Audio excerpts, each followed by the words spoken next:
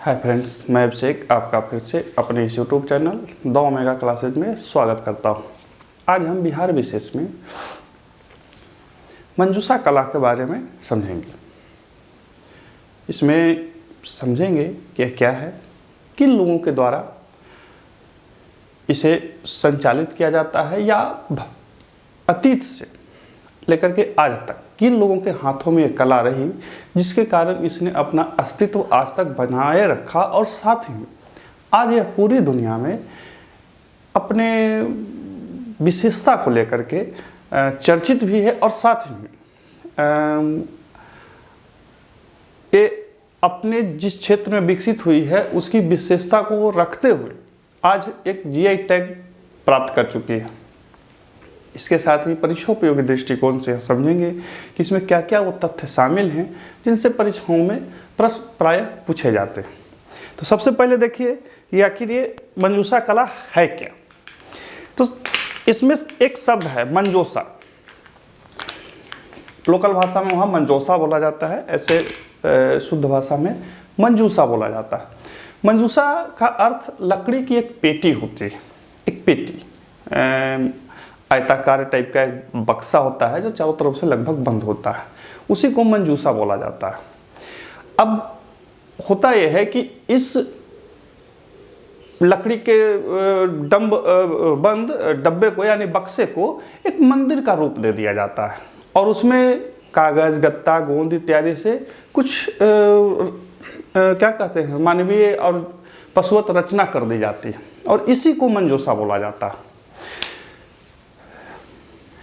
मंजूषा या मंजोसा एक मंदिर होता है जिसे कागज, सनई और शोला से मिलाकर बनाया जाता है। यानी कि एक बक्सा नुमा आकृति होती है या बक्सा नुमा एक डब्बा होता है जिसपे कुछ चित्र बना दिए जाते हैं और उसी को मंजोसा बोला जाता है। यह एक खास पर्व के समय में इस चीज़ का बनाया जाता है, चित्रांकन किया जाता है और उसे ही मंजोसा कला या मंजूषा कला कहा जाता है। अब इसमें सवाल आपसे आ सकता है या आपके मन में सवाल आना चाहिए कि आखिर इसमें ऐसी क्या विशेषता है कि यह एक जो लोक कला है यह इतनी विशिष्ट मानी जाती है। तो देखिए, कला संस्कृति के क्षेत्र में सिर्फ वही कलाएं और संस्कृतियां बहुत बड़ी अच्छी माने क्या कहते हैं श्रेष्ठता नहीं मानी जाती हैं जो पूरे इलाके को या पूरे देश को आच्छादित किए हुए रहती हैं या उनका चर्चे देश से बाहर भी होते हैं। कुछ एक कलाएं ऐसे भी होती हैं जो पूर्णतः लोक कला होती है और साथ ही समाज के सबसे वंचित लोगों की या यूँ कहिए कि समाज के उस वर्ग के लोगों की कला होती है जो सबसे निचले पायदान पर होते हैं और वो अपने आस्था एवं विश्वास का प्रदर्शन उस कला के माध्यम से करते हैं। मंजूषा कला वही है। जैसे बिहार में आपने देखा कि पटना कलम, मिथिला या मधुबनी पेंटिंग और मंजूषा कला, इन तीनों में व्यापक अंतर यही है। पटना कलम जहां वो एक विशिष्ट लोगों की कला थी, समय के साथ दम तोड़ गई क्योंकि उसकी विशिष्टता जैसे ही समाप्त हुई खत्म हो गई। लेकिन मधुबनी पेंटिंग और मंजूषा कला आज तक अपना अस्तित्व बनाए रखे। इसके पीछे कारण यही है कि उसमें लोक का महत्व लगा हुआ। धर्म के अधीन जब कलाकार कोई कृत्य को करते हैं और समाज उसे मान्यता देता है तो ऐसी कला, ऐसी विशिष्टता ली हुए कला सदियों तक संस्कृति को आगे बढ़ाते रहती है या संस्कृति के साथ चलते रहती है। आधुनिक भागलपुर प्रमंडल, पुराने अंग जनपद। देखिए, एक चीज ध्यान रखिएगा कि आधुनिक भागलपुर प्रमंडल में ही ये है, यानी कि अंग पुराने अंग क्षेत्र में। अब अंग क्षेत्र में आप ध्यान दीजिएगा कि इतिहास में दो प्रकार से अंग क्षेत्र को पढ़ा जाता है। एक अंग प्रदेश पढ़ा जाता है और एक जनपद पढ़ा जाता है। अंग जनपद जो था वो आधुनिक भागलपुर प्रमंडल का इलाका कहलाता था। अंग क्षेत्र जो था वो पुराने समय में था और आधुनिक बलिया, गोरखपुर उत्तर प्रदेश में बलिया जो है उसके आसपास के क्षेत्र को अंग क्षेत्र बोला जाता था। लेकिन खैर ये इतिहास की मारापीटी है, अभी यहाँ पे इतिहास पढ़ नहीं रहे हैं। तो आधुनिक भागलपुर प्रमंडल यानी कि अंग जनपद में सी नक्षत्र में लगभग 7वीं सदी से एक लोक त्योहार मनाया जाता है जिसे विषहरी पूजा, मनसा पूजा या सर्प पूजा भी कहा जाता है। इसी त्योहार में इस मंजूषा को बनाया जाता है। सार संक्षेप में यही है।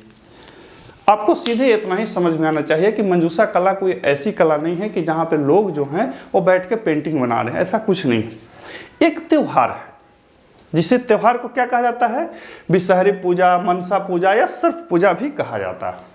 ये त्यौहार जो है ऐसा माना जाता है कि लगभग 7वीं सदी से मनाया जा रहा है अंग क्षेत्र में, और उसी समय मतलब जिस समय ये पूजा होती है, और पूजा कब होती है, सिंह नक्षत्र में होती है। तो सिंह नक्षत्र में जब ये पूजा होती है तो एक संदूक नुमा मंदिर बनाया जाता है। कैसा, संदूक नुमा मंदिर बनाया जाता है, और उसी मंदिर को मंजोसा या मंजूषा कहा जाता है। ठीक है, जैसे मधुबनी पेंटिंग हो गया कि लोग अपने घरों के आगे या लोग अपने घरों के अंदर जब मन हो तो वो पेंटिंग बना सकते हैं, तो जब मन हो तो वैसी कलाकृतियाँ कर सकते हैं। पटना कला में था कि जो लोग पैसा देते थे या जिनकी जैसी ज़रूरत होती थी अपना बनवाते थे, लेकिन यहाँ ऐसा नहीं। ये सिर्फ विषहरी पूजा के समय में ही इस तरह के एक बक्से को, लकड़ी का लगभग, चूँकि उस समय लकड़ी का ही बनता था तो लकड़ी के बक्से को बनाया जाता था, और जिसपे रंगीन पत्ते वगैरह, आजकल तो रंगीन पत्ता आता है ना कागज़ का, तो रंगीन कागज़ को चिपका दिया जाता था और उस पर कुछ एक आकृतियाँ उकेर दी जाती थी। एक चीज़ और ध्यान रखेंगे कि ये जो मंजूषा कला था, इसमें आकृतियाँ को जो भाव होती थी उस पर ध्यान दिया जाता था, बहुत ज़्यादा जहीनियत नहीं रखी जाती थी। ऐसा नहीं है कि मानव की आकृति बनाने हैं तो उनके भाव से लेकर के ऊँट तक, रोआ तक सबकी विशिष्टता दिखलानी है, ऐसा कुछ नहीं था। इसके पीछे कारण था कि ये समाज के सबसे वंचित लोगों की कला है।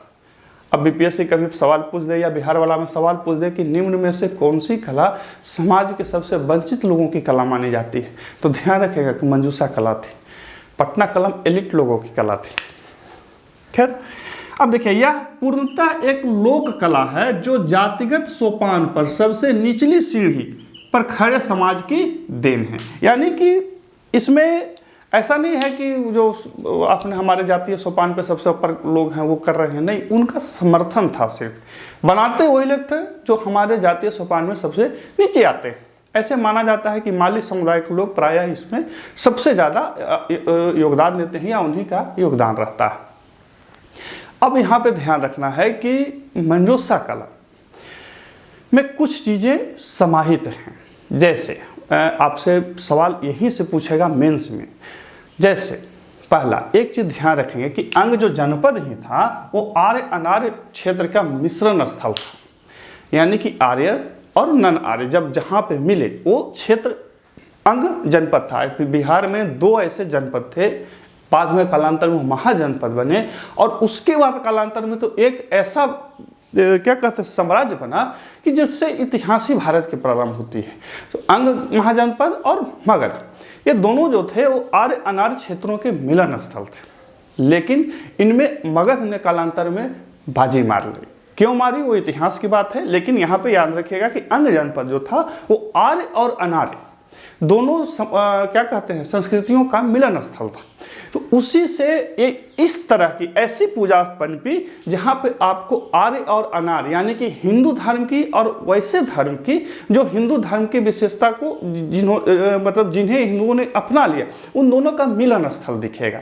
जैसे क्या कहते हैं ये आपका विषहरी पूजा में क्या है कि जब इसकी पूरी कहानी को आप पढ़ेंगे तो कैसे भगवान शंकर से कहानी जुड़ती है, उसके बाद समाज के सबसे निचले लोगों की कहानी जुड़ती है, और कैसे समाज के वंचित और क्या कहते हैं नीचे पैदान के लोग भी अपने आप को हिंदू धर्म के सबसे महान सिस्टम से अपने आप को जोड़ते हैं और अपने नायक को गढ़ते हैं। ये सारी कहानी जो है उसी की है। तो इस तरह से ये जो कला है ये हमारे संस्कृतियों के मिलन को, हमारे संस्कृतियों की व्यापकता को, और साथ ही हमारे संस्कृति में सबको कुछ न कुछ सामंजस्य बिठाने को, तालमेल बैठाने को भी दर्शाता है। यह कला आर्य अनार्य संघर्ष एवं समन्वय को दिखलाती लोक कला है। हमने पहले बोला कि आर्य अनार्य संघर्ष एवं समन्वय। संघर्ष समन्वय का मतलब हुआ कि इस कहानी को जब पढ़ेंगे या सुनेंगे तब लगेगा कि हाँ देखिए कैसे सांस्कृतिक रूप से हमारे यहाँ संघर्ष हुआ, फिर दोनों में समन्वय हुआ, और फिर कैसे मिलजुल कर चलने की प्रवृत्ति को विकसित किया गया। अपने अस्तित्व एवं अस्मिता के लिए समाज के सबसे निचले पायदान के लोगों की अपने धर्म, आस्था एवं विश्वास के लिए देवी देवताओं की छवि गढ़ने की यह एक मनोभावन शैली है। यानी कि समाज का सबसे निचला तबका अपने देवी देवताओं की छवि कैसे गढ़ता है, इससे ये समझ में आती है। देखिए, जब भी कोई धर्म, आस्था, विश्वास, कला, लोक कला को पढ़ते हैं तो सिर्फ आप उसमें चलने वाले हाथों को नहीं देखिए, आपको उसमें चलने वाले भावों और विचारों को भी देखना पड़ता है। जब भाव विचार एक पीढ़ी से दो पीढ़ी, दो पीढ़ी से तीन पीढ़ी और फिर सैकड़ों पीढ़ी जाती हैं तो सारी चीज़ें जो होती हैं उस स्पष्ट दिखने लगती हैं और समाज में उनका व्यापक क्या कहते हैं प्रभाव होता है और साथ ही समाज में उनका व्यापक मान भी होता है। तो इसी चीज का इसमें मंजूषा कला में दर्शन होता है। अब देखते हैं इसके आगे के अन्य और प्रमुख तथ्यों को। अब देखते हैं इसके और चीज़ों को, साथ में इसकी कहानी को। देखिए, इसकी कहानी जो है वो शिव और उनकी 5 मानस पुत्रियों के बारे में। अपने कुछ इच्छित भावों को लेकर के शिव की 5 मानस जो पुत्रियां थी वो शिव के पास गई। शिव ने कहा कि देखिए, धरती पर हमारा एक क्या कहते हैं अनन्य भक्त है चांदू, जो उस समय अन्य महाजनपद में रहा करता था। आप उसके पास जाइए, वो यदि हमको पूजा कर देगा, खुश हो जाएगा, तो हम फिर आपकी सारी इच्छाओं को पूर्ति कर देंगे। वो गई मानस पुत्रियाँ और उन्होंने चांदो से कहा, चांदो ने उन्हें अपमानित कर दिया। तो इस पर शिव की जो 5 पुत्रियाँ थी, जिसे समान रूप से विषहरी कहा, विषहरी का मतलब विष रखने वाला, सांप मतलब जिसमें जहर हो। उन्होंने क्या किया कि चांदो और उसके 6 पुत्रों को डुबा दिया। इसी में उसका एक पुत्र था लखिंद्र। क्या था? लखिंद्र बच गया। लखिंद्र का जो शादी हुआ था वो उज्जैन में बिहुला नाम की एक महिला से हुआ। इधर ये जो शिव की 5 मानस पुत्रियां थी वो गुस्सा की हुई थी पहले से भी, और साथ ही बिहुला से भी उन्होंने किसी के कारणवश गुस्सा हो गया। अब उन्होंने श्राप दे दिया कि जैसे ही तुम्हारी शादी होगी तो प्रथम दिवस यानी कि सुहाग रात के दिन ही तुम्हारे पति की मृत्यु हो जाएगी। अब ये बड़ा दिक्कत वाली बात हो गई। शादी हुई, वो बेचारा डेथ कर गया। तो इसी में ये जो बिहुला थी, इसने क्या किया कि इंद्रपुरी गई, और इंद्रपुरी जाने के लिए उसने जो मार्ग अपनाया वो एक ऐसा मार्ग अपनाया कि उसने एक मंदिर बनाया, लकड़ी नुमा मंदिर बनाई, और झटपट में उसने कुछ चित्रांकन किए, और उसी मंदिर के सहारे वो इंद्रपुरी गई और अपने पति को वहां से जीवित करके ले आई।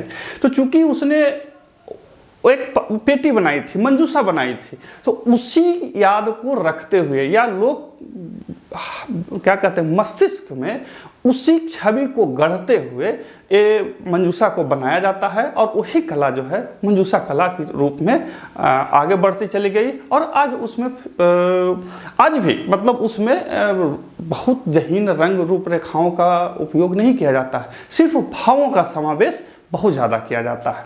अब यहाँ पे देखिए, इस पूरी कहानी में देखिए क्या है। पूरी कहानी जो है ये भगवान शिव से शुरू होती है, उनके भक्त पर आती है, और साथ ही समस्या के अधीन बैठी हुई एक महिला या लड़की की कहानी आती है कि कैसे उसने अपनी आस्था को प्रदर्शित करते हुए भगवान के घर तक गई और वहाँ से फिर अपने पति को जीवित बना करके ले आई। हिंदू धर्म में आप ऐसी लोक कहानियां बहुतों जगह में सुनते रहेंगे। उसी कहानी की यह एक क्या कहते हैं मूर्त रूप है। क्या है? मंजूषा कला। मंजूषा चित्रकला में पात्रों को अनेक प्रतीक एवं चिन्ह और रेखा चित्रों के माध्यम से दिखलाया जाता है। यानी कि मंजूषा कला में जो पात्र होते हैं उनको बहुत जहीनियत से नहीं दिखलाया जाता है। ऐसा नहीं कि रावण है तो 10 मूड़ी लगाया जाएगा, ऐसा कुछ नहीं। सिर्फ कुछ एक आरेख बना दिए जाते हैं और उसी आरेख से समझा जाता है कि यह इसका चित्र है और यह इसका चित्र है। अब जैसे पुरुष का बनाना है तो वो सीधा एक्स टाइप के ऐसे बना देंगे, वो अपना समझते रहिए, इधर दायां बायां हो गया, आप अपना पैर भी हो गया, तो ये पुरुष है। इसके अलावा पुरुषों के लिए वो प्रायः मूछ और चुटिया का प्रयोग कर देते हैं, जिससे समझ में आए कि ये पुरुष की छवि है। इसके अलावा जब महिला की छवि लाई जाती है तो उसके लिए क्या होता है कि वो मतलब उसको मूछ वगैरह तो रखेंगे नहीं, और साथ ही उसकी गर्दन को पतला कर देंगे, आंखें थोड़ी बड़ी कर देंगे, तो इससे समझ में आता है कि ये महिला की आकृति गढ़ी गई है। तो देखिए इसमें कैसे किया जाता है, चांदों को हमेशा चांद के साथ दर्शाया जाता है, यानी कि चांदो पुरुष था तो उसकी जो एक्स आकृति बनेगी और उसके ऊपर चांद दर्शा दिया जाएगा, तो यानी कि वो जो आकृति है वो चांदों की है। मानव आकृतियों को अंग्रेजी अक्षर एक्स की तरह दिखला दिया जाता है। मुखाकृति एक आयामी, यानी कि इसमें जो मुख आकृति बनाई जाती है वो एक आयामी है, यानी कि एक ही तरफ से दिखेगा, या तो दायां से दिखेगा या बायां से दिखेगा। मुंह बायां तरफ से दिखलाया जाता है। इसमें किस तरफ से दिखलाया जाता है, बायां तरफ से। एवं कपाल कान विहीन होते, यानी कि मस्तिष्क को बनाया जाता है, कान नहीं होता।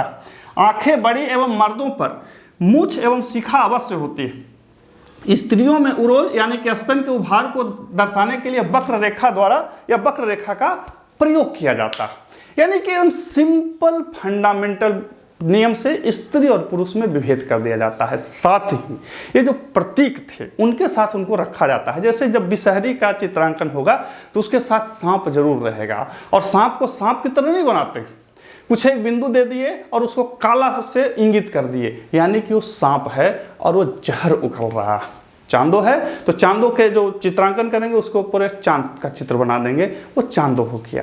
ये एकदम से क्या कहते हैं, सिंपल तरीके से धर्म आस्था को प्रदर्शन करने की कला है, ध्यान रखिएगा।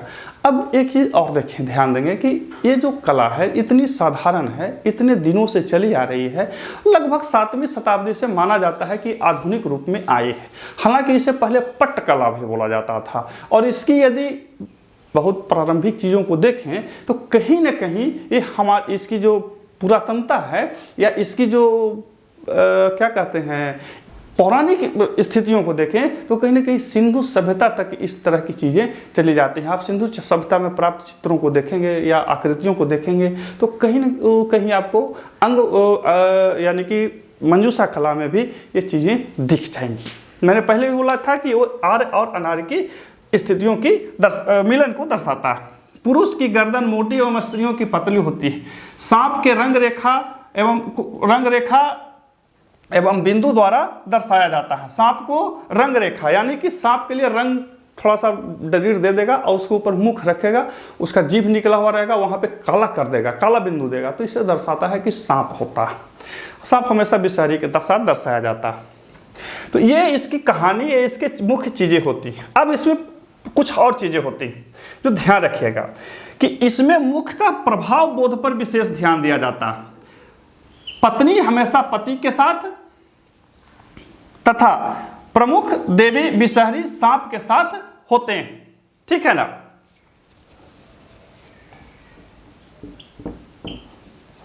पत्नी हमेशा पति के साथ और सांप जो है हमेशा विषहरी के साथ दिखेगा। इसके साथ इसमें देखिएगा गुलाबी, पीला एवं हरा रंग का ज्यादा प्रयोग किया जाता है, यानी कि रंगों के रूप में देखेंगे तो गुलाबी, पीला, हरा इत्यादि रंग का प्रयोग इसमें ज्यादा होता है। ये परीक्षाओं में पूछता है। एक चीज और ध्यान रखेंगे कि 2021 में इसे जीआई टैग भी मिला, ये सबसे ज्यादा पूछ लेता है। 2021 में इसे जीआई टैग भी मिला। तो ये था मंजूषा कला के बारे में ओवरऑल एक सामान्य सी समझ, जानकारी। वैसे आप गूगल पर जाएंगे या चित्रों को यदि आप खरीदने के इच्छुक रहते हैं तो आप चित्रों को खरीद सकते हैं, नहीं तो गूगल पर आप देख सकते हैं कैसे चीज़ों को उसमें दर्शाया जाता है। एक इसमें इम्पोर्टेंट बात ये रहती है कि जब भी इससे मुख्य परीक्षा में प्रश्न पूछे जाएंगे तो जैसे ये कला जो थी वो प्रभाव बोध पर विशेष ध्यान देती थी, तो ठीक वैसे ही मुख्य परीक्षाओं में भी इस कला के या इस क्षेत्र में पनपी हुई इस कला के प्रभाव बोध पर ही प्रश्नों को ज़्यादा पूछा जाता है। पूछा जा सकता है कि क्या इसका समाज पर व्यापक प्रभाव है, क्या इसे सिर्फ और सिर्फ एक हिंदू जाति में निम्न पायदान पर खड़े लोगों की लोक कला मानी जाती है, या ऐसा माना जा सकता है कि इस लोक कला को, जिसे मुख्यतः निचली जातियों ने प्रारंभ किया, इसे कालांतर में हिंदू धर्म व्यवस्था में एक अच्छा स्थान दिया गया। तो ये सारी चीज़ें इसमें समाहित रहती हैं और आपको उसी अनुसार उत्तर लिखना पड़ता है। फिर मिलते हैं अगले वीडियो में, तब तक के लिए नमस्कार।